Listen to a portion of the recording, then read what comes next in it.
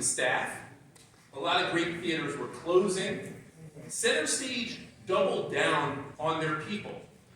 Right? What's unique about Stephanie is that in the midst of a pandemic, she fought for her workers to get a raise. Right?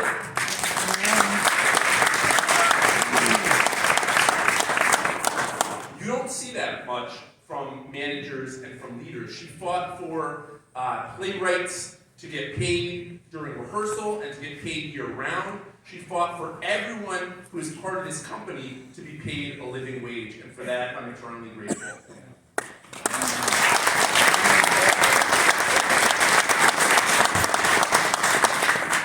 Stephanie embodies all that is great about the art scene. She is just, anyone who knows her, she's such a breath of fresh air. She is going to be an awesome, awesome philanthropist at the Mellon Foundation, where she is going to give tons of money back to Baltimore.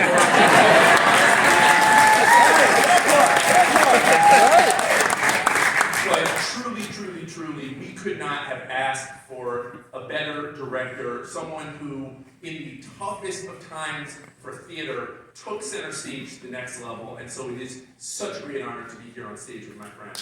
Before I close out, they say that if you're a politician and you're going to be in a theater, you should bring a check. And so I brought a check. And this last year, during the budget season, like everywhere else, our municipal budget is tight. But I said to the mayor and I said to my colleagues, look, we have to not just value the arts, we have to invest in the arts in our city. And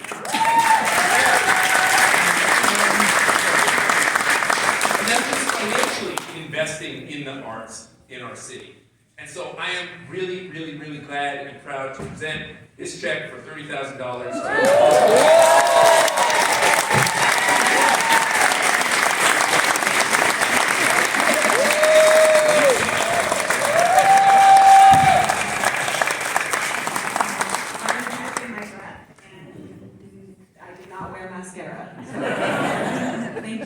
Thank you so much for your support. Thank you for the check, because this means a lot, not just for the financial stability for BCS, but it's an affirmation and a true high five for what we're doing, so I appreciate that. Hello. I'll just be brief. I just have a few quick things I just need to say, and a quick couple of reminders before we actually see the show this evening. But first and foremost, I just want to say, a huge thank you to Councilmember Zeke, who I also just met today. I can't tell you, I've lived in many, many cities and ran a couple of theaters in a few different cities, and I've never in my entire career or life over these last decade in particular, as I've kind of bopped around from a few different places, seen a public official stand and talk about investing in the arts in that way. I really hope y'all feel fortunate here in Baltimore to have someone supporting the arts. And then secondarily, I just want to really briefly take a quick moment. I am here to talk about the play that I directed that you all are getting ready to see. But also, as Stephanie mentioned, I will be stepping in as interim artistic director here shortly, and I've been making a lot of jokes as people here and the staff in the building know that they don't officially start paying me to do that until Monday. So I've been trying to keep some good boundaries there. But now that I'm officially putting the hat on, I do want to just take a minute to say, I hope you're proud of this theater. I've been really fortunate to, as I said, live and work a lot of different places at a lot of different theaters, and I cannot tell you how unique and special this particular theater is. And I have no dog in the fight. I'm only here as an interim, and I'm going on about my business whenever I'm not here, right? So I truly say this from the bottom of my heart. Please continue supporting this incredible organization and this incredible theater. And I also just want to take a point to say a big thank you to my dear friend Stephanie Ybarra. I will get emotional, so I'm trying to not let you, Fred. But everything that Zeke said, for those who may not know me or know my background, I've been fortunate, as I said, to work in a few different places, and the same things that Zeke just heralded you for fighting for, the same things that I and many other leaders around the country have been fighting for at various different theater organizations. And I was at one particular organization in another city where that fight didn't to go exactly the way that it did. So to be at a place where that has been a successful fight, and you all are continuing to invest in the arts is truly, truly moving, and I'm so grateful to be here, and I hope you know how truly important and special that is. And I just want to say a big thank you to you, Stephanie, as someone who has shown up in the industry as a true freedom fighter and leader. And as Zeke said, I hope you give lots of money back to this theater and many other theaters around the country. All right, so all of that out of the way, and I did it without crying. You're proud of me, friend. We'll cry later. I want to just give you a quick invitation to sit in and enjoy this beautiful play that we've made. It's been made with a lot of love, and I hope you will feel that. I hope you will give it back to them. It's also the type of play where, like, listen, they are here with you. They're going to be talking directly to you. So feel free to, like, sit up and pay attention, or lean back if you're like, oh, I don't want you to see you right now, right? All of which is fine.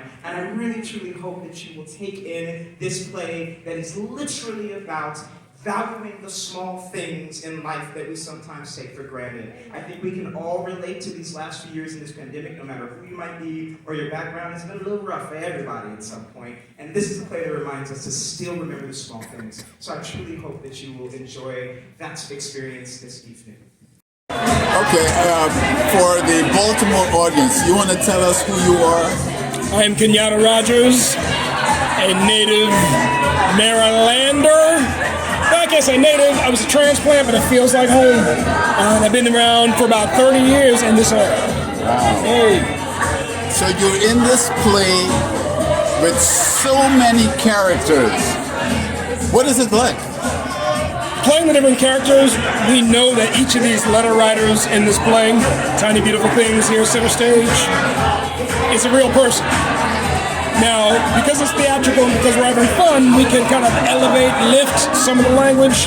There's also some edits that make it a lot easier for us. But each of these are real people with a real issue or challenge that they have on their heart, that they're trusting this sugar to answer them honestly, openly, and with love. And so if it's all love going back and forth between the letter writer, back to Sugar and back to them, it's easy to have that conversation with somebody like an Erica Rose who's playing our Sugar here. So it's not just character I'm playing, the relationship that they're creating on stage, which is fun to do every night. Changes in the rehearsal room every day, changes at night when we're doing the show every time. And so just playing those people and being real with them about them feels like an honor. You've been here for over 30 years. What message essentially do you think they're going to get from watching this? I'll speak to that in two different ways. From this play, as well as being here in this area in the DMV for 30 years, it's when you come out to the theater, it's like church. You're going to get your soul washed. Hopefully you come in and you leave feeling something, but also thinking something a bit different. If we haven't changed your mind or your heart, come back again and let us try again. So this play does, I think, a good job of that, of saying, look at the little tiny things that we have in life, the small things that we don't stop to smell the roses.